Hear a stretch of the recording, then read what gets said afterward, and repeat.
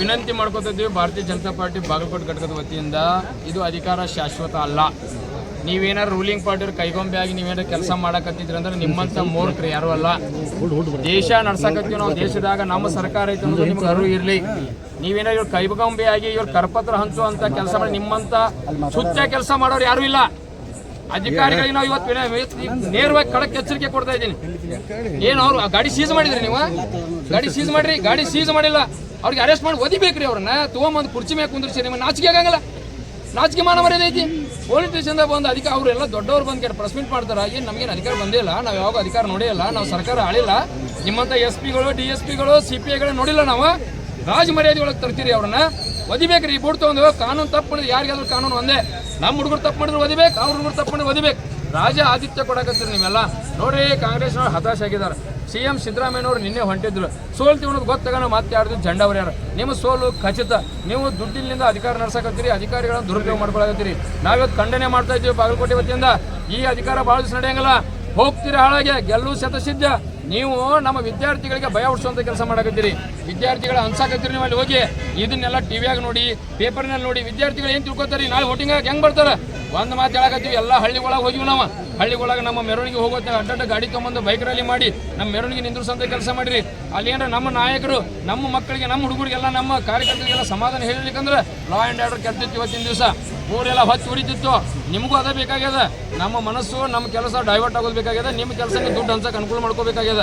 ಅದಕ್ಕೆ ನಾನು ಕೂಡ ಬಾಗಲಕೋಟೆ ಕಾರ್ಯಕರ್ತರಲ್ಲಿ ವಿನಂತಿ ಮಾಡ್ಕೊತೀನಿ, ಇಂಥದಕ್ಕೆ ತಲೆ ಕೊಡಬೇಡ್ರಿ. ನಮ್ಮ ನಾಯಕರು ಬೆನ್ನು ಹತ್ತರವರಿಗೆ. ಆದರೆ ಒಂದು ಮಾತು ಹೇಳಕತ್ತೀನಿ, ಅಧಿಕಾರಿಗಳಿಗೆ ಅಧಿಕಾರ ಶಾಶ್ವತ ಅಲ್ಲ. ಇವತ್ತಿನ ನಾಳೆ ನಾವು ಬರ್ತೀವಿ, ನಿಮಗೆ ಬರೋಬ್ಬರಿ ಎಚ್ಚರಿಕೆ ಗಂಟೆ ಕೊಡ್ತೀವಿ ನಾವು. ನಾನು 2 ದಿವಸದ ಹಿಂದೆ ಪ್ರೆಸ್ ಮೀಟದಲ್ಲಿ ಈ ವಿಷಯವನ್ನು ಗಂಭೀರವಾಗಿ ಹೇಳಿದ್ದೆ.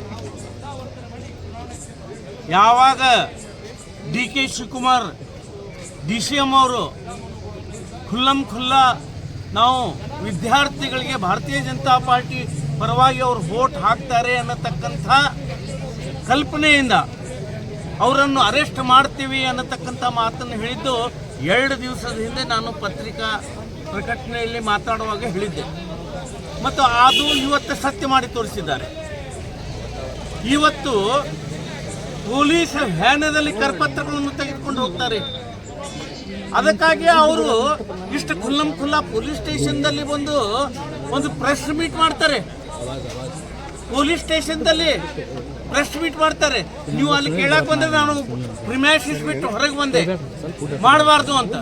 ಅವರು ಏನಾದರೂ ಭಾರತೀಯ ಜನತಾ ಪಾರ್ಟಿಗೆ ಧಮಕಿ ಕೊಡೋದ್ರ ಮುಖಾಂತರ ಮತದಾರರ ಮೇಲೆ ಭಯ ಹುಟ್ಟಿಸೋ ಕಾರ್ಯಕ್ರಮ ಮಾಡ್ತೀನಂತ ತಿಳಿದಿದ್ರೆ ಅದು ಅವರ ಭ್ರಮೆ. ಈ ಘಟನೆಯಿಂದ ಸ್ಪಷ್ಟವಾಗಿ ಏನು ತಿಳಿತದಂತಂದರೆ, ಈಗಾಗಲೇ ಅವರು ಸೋಲನ್ನು ಒಪ್ಪಿಕೊಂಡಿದ್ದಾರೆ. ಪೊಲೀಸರ ಮುಖಾಂತರ ಅಧಿಕಾರಿಗಳ ಮುಖಾಂತರ ಮತದಾರರ ಮೇಲೆ ಭಯ ಹುಟ್ಟಿಸ್ತಕ್ಕಂಥ ಕೆಲಸ ಮಾಡ್ತಾ ಇದ್ದಾರೆ. ಈಗಾಗಲೇ ನಾವು FIR ಕಳಿಸಿದ್ದೇವೆ, ಅದರ ಕಾಪಿ ಕೊಡ್ತೀವಿ ಅಂತ ಹೇಳಿದ್ದಾರೆ. ಅದನ್ನು ತೆಗೆದುಕೊಂಡು ಮುಂದೆ ಏನು ಮಾಡಬೇಕು ಅನ್ನತಕ್ಕಂಥ ಗಂಭೀರವಾಗಿ ನಾವು ವಿಚಾರ ಮಾಡ್ತೇವೆ. ಈ ಪರಿಸ್ಥಿತಿ ಮುಂದುವರೆದರೆ ಅನೇಕ ಬೂತ್ಗಳಲ್ಲಿ ಗುಂಡಾಗಿರಿ ಮಾಡ್ತಕ್ಕಂಥದ್ದು ಈಗಾಗಲೇ ಗೊತ್ತಾಗಿದೆ. ಕೆಲವು ಬೂತ್ಗಳಲ್ಲಿ ಮತದಾನಕ್ಕೆ ಅಡ್ಡಿ ಮಾಡ್ತಕ್ಕಂಥ ಕೆಲಸ ಹಿಂದೂ ಮಾಡಿದ್ದಾರೆ. ಈ ಸಾರಿ ನಾವು ಸೋಲ್ತೀವಂತ ಇನ್ನೂ ಹೆಚ್ಚಿನ ಪ್ರಮಾಣದಲ್ಲಿ ಮತದಾನಕ್ಕೆ ಅಡ್ಡಿ ಮಾಡ್ತಕ್ಕಂಥ ಕೆಲಸ ಮಾಡ್ತಾ ಇದ್ದಾರೆ. ಅದಕ್ಕೆ ನಮ್ಮ ಕಾರ್ಯಕರ್ತರು ಕೂಡ ನಾವು ಏನು ಮಾಡಬೇಕು, ಯಾವ ರೀತಿ ಮತದಾರರಿಗೆ ರಕ್ಷಣೆ ಕೊಡಬೇಕು, ಯಾವ ರೀತಿ ಮತದಾನ ಶಾಂತಿ ರೀತಿಯಿಂದ ಆಗಬೇಕು, ಅದಕ್ಕೂ ಕೂಡ ನಾವು ಕೂಡ ಪೂರ್ಣ ತಯಾರಿ ಮಾಡಿದ್ದೇವೆ. ಅವರೇನಾದರೂ ಗುಂಡಾಗಿರಿ ಮಾಡಿ ಮತದಾರರ ಮೇಲೆ ಪ್ರಭಾವ ಬೀರಿ BJPಯ ಪರವಾಗಿ ಮತ ಆಗಬಾರ್ದು ಅನ್ನತಕ್ಕಂಥದ್ದು ಏನಾದರೂ ಕೆಲಸ ಮಾಡಿದರೆ ಅದು ಎಂದಿಗೂ ಯಶಸ್ವಿಯಾಗುವುದಿಲ್ಲ. ಭಾರತೀಯ ಜನತಾ ಪಾರ್ಟಿ ಇಂಥ ಒಣ ಬೆದರಿಕೆಗಳಿಗೆ ಯಾವುದೋ DCM CMಗಳು ಬೆದರಿಸ್ತಕ್ಕಂಥ ಪಕ್ಷ ಅಲ್ಲ. ಅವರು ಸೋಲು ಕಟ್ಟಿಟ್ಟಿದ್ದ ಬುತ್ತಿ ಇದೆ. ಇನ್ನು ಮುಂದೆ ಏನು ಮಾಡಬೇಕು ಆ ಹೋರಾಟವನ್ನು ಮಾಡತಕ್ಕಂಥ ಕೆಲಸವನ್ನು ನಾವು ಮಾಡ್ತೇವೆ. ಸೋಲ್ತೀನಿ ಭಯದಿಂದ ಹಿಂಗೆ ಮಾಡ್ತೇವೆ. ನಿಶ್ಚಿತವಾಗಿಯೂ ಸೋಲ್ತೀನಿ ಅನ್ನತಕ್ಕಂಥ ಭ್ರಮೆಯಿಂದ ಮಾಡ್ತಾ ಇದ್ದಾರೆ. ಮೊನ್ನೆ 2 ದಿವಸದ ಹಿಂದೆ ಹೇಳಿದ್ದೇನೆ, ಈ ರೀತಿ ಘಟನೆಗಳು ಇಲ್ಲಿ ಆಗ್ತದೆ ಅನ್ನತಕ್ಕಂಥ ಮಾತನ್ನು 2 ದಿವಸದ ಹಿಂದೆ ಐತಿ.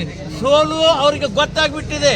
ಅವ್ರದ್ದೇ ಇಂಟೆಲಿಜೆನ್ಸ್ ರಿಪೋರ್ಟ್ ಪ್ರಕಾರ ಅವರು 20 1000ಕ್ಕಿಂತಲೂ ಹೆಚ್ಚು ಅಂತರದಿಂದ ಸೋಲ್ತೀವಿ ಅಂತ ಅವ್ರಿಗೆ ಗೊತ್ತಾಗಿ ಈ ರೀತಿ ಯಾವುದಾದ್ರೂ ಗೊಂದಲ ಮಾಡಿ ಚುನಾವಣೆಯಲ್ಲಿ ಗೊಂದಲ ಮಾಡಿ ಚುನಾವಣೆಗೆ ಡಿಸ್ಟರ್ಬ್ ಮಾಡ್ತಕ್ಕಂಥ ಕೆಲಸ ಕಾಂಗ್ರೆಸ್ಸಿನ ನಾಯಕರು ಮಾಡ್ತಾ ಇದ್ದಾರೆ. ಇದನ್ನು ಭಾರತೀಯ ಜನತಾ ಪಾರ್ಟಿ ಸಹಿಸುವುದಿಲ್ಲ. ಇದಕ್ಕೆ ತಕ್ಕ ಉತ್ತರ ನಾವು ಮತ್ತು ಮತದಾನದ ಮೂಲಕ ಮತದಾರರು ಕೊಡ್ತಾರಂತ.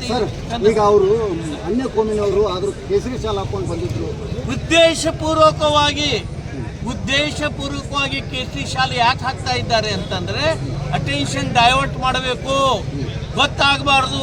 ಈ ರೀತಿ ಯಾವ ಹಿಂದೂ ಅಲ್ಲದವರು ಅಂದ್ಮ್ಯಾಗ ಮುಗಿದು ಹೋಗ್ತಲ್ಲ, ಯಾವ ಕೋಮ್ನವ್ರು ಇದು ಹಿಂದೂ ಅಲ್ಲದವರು ಕೇಸರಿ ಶಾಲನ್ನು ಹಾಕ್ಕೊಂಡು ಬಂದು ಯಾಕೆ ಮಾಡಬೇಕು?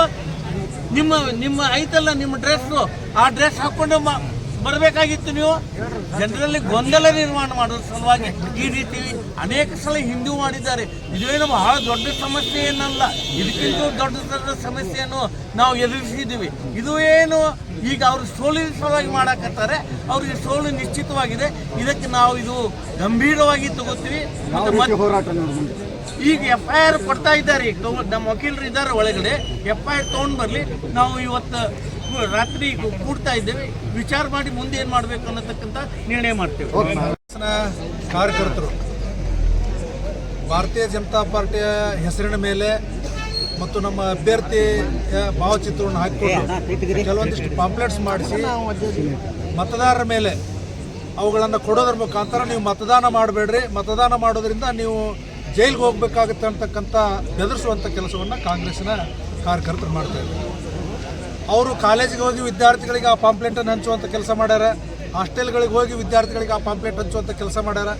ಅವುಗಳನ್ನು ಕಂಡು ಹಿಡಿದು ನಮ್ಮ ಕಾರ್ಯಕರ್ತರು ಅವ್ರನ್ನ ಹಿಡಿದು ತೊಗೊಂಡು ಬಂದು ಪೊಲೀಸ್ ಸ್ಟೇಷನ್ಗೆ ಒಪ್ಪಿಸಿದಕ್ಕೂ ಸಹಿತ ಪೊಲೀಸರು ಅವರ ಮೇಲೆ ಯಾವುದೇ ರೀತಿಯ ಕ್ರಮವನ್ನು ತೆಗೆದುಕೊಳ್ಳಾರ್ದೇ ಹಾಗೆ ಸಮಯವನ್ನು ಕಾಲಹರಣ ಮಾಡ್ತಕ್ಕಂಥ ಸಂದರ್ಭದೊಳಗೆ ನಮ್ಮ ಎಲ್ಲ ಕಾರ್ಯಕರ್ತರು ಪೊಲೀಸ್ ಠಾಣೆಗೆ ಬಂದರು. ಅಷ್ಟರೊಳಗೆ ಆಗಲೇ ಕಾಂಗ್ರೆಸ್ಸಿನ ನಾಯಕರು ಮುಖಂಡರು ಕೆಲವೊಂದಿಷ್ಟು ಜನ ಇಲ್ಲಿ ಬಂದು ಆ ಕಾರ್ಯಕರ್ತರನ್ನು ಅವ್ರ ಕಾರ್ಯಕರ್ತರು ಒಳಗೆ ಬಂದಿದ್ರು, ಆ ತಪ್ಪು ಮಾಡಿದ್ರು, ಅವರನ್ನು ಕರೆದುಕೊಂಡು ಹೋಗುವಂಥ ಕೆಲಸವನ್ನು ಸಹಿತ ಅವ್ರ ಜೊತೆ ಕಳಿಸುವಂಥ ಕೆಲಸವನ್ನು ಪೊಲೀಸರು ಮಾಡ್ತಾಯಿದ್ರು. ಆವಾಗ ನಾವು ಬಂದು ಅದನ್ನು ತಡೆದು ಆ ಕಾರ್ಯಕರ್ತರ ಮೇಲೆ ಕ್ರಮ ಆಗಬೇಕು ಅಂತಕ್ಕಂಥ ಆಗ್ರಹವನ್ನು ಮಾಡಿದಾಗ ಬಹುಶಃ ನಮ್ಮ ಬಾಗಲಕೋಟೆಗೆ ಈ ರಾಜ್ಯದ ಉಪಮುಖ್ಯಮಂತ್ರಿಗಳು ಬಂದಾಗ ಅವರೊಂದು ಮಾತು ಹೇಳಿದರು, ವಿದ್ಯಾರ್ಥಿಗಳು ಎಲ್ಲಾದರೂ ಡಬಲ್ ಮತದಾನ ಇದ್ರೆ ಮತದಾನವನ್ನು ಯಾವುದೇ ರೀತಿ ಅಂದ್ರೆ ಫಾರ್ಮ್ ನಂಬರ್ ಸರಿಯಾಗಿ ತುಂಬೆ ಕೊಟ್ಟು ಮತದಾನ ನೋಂದಣಿ ಮಾಡಿಸ್ಕೊಂಡಿರ್ತಾರೆ. ಯಾರೂ ಸುಮ್ಮನೆ ಮತದಾನ ನೋಂದಣಿ ಆಗಿರೋದಿಲ್ಲ.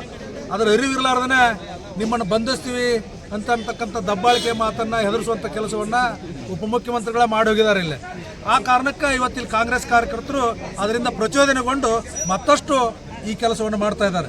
ಆದ್ದರಿಂದ ಭಾರತೀಯ ಜನತಾ ಪಕ್ಷ ಸುಮ್ಮನೆ ಕೊಡೋದಿಲ್ಲ. ನಮಗೂ ಗೊತ್ತಿದೆ, ನಾವು ಇಂಥದಕ್ಕೆ ಬಗ್ಗೋದೂ ಇಲ್ಲ, ಬೆದರೋದೂ ಇಲ್ಲ.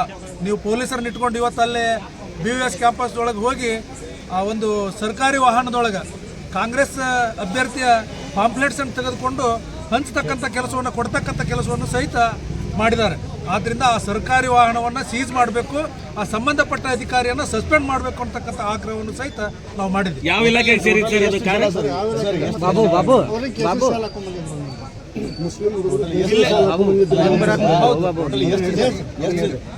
ಎಷ್ಟು ಜನ ಯುವಕರು ಇದ್ರು, ಎಷ್ಟು ಮಂದಿ ಅರೆಸ್ಟ್ ಮಾಡಿದ್ದಾರೆ, ನಿಮ್ದು ಆಗ್ರಹ ಏನು? ಇವತ್ತು ಅವರು ಸುಮಾರು ಒಂದು 20-25 ಜನಕ್ಕಿಂತ ಹೆಚ್ಚು ಅಲ್ಲಿ ವಿದ್ಯಾರ್ಥಿಗಳು ಬಂದಿದ್ದಾರೆ.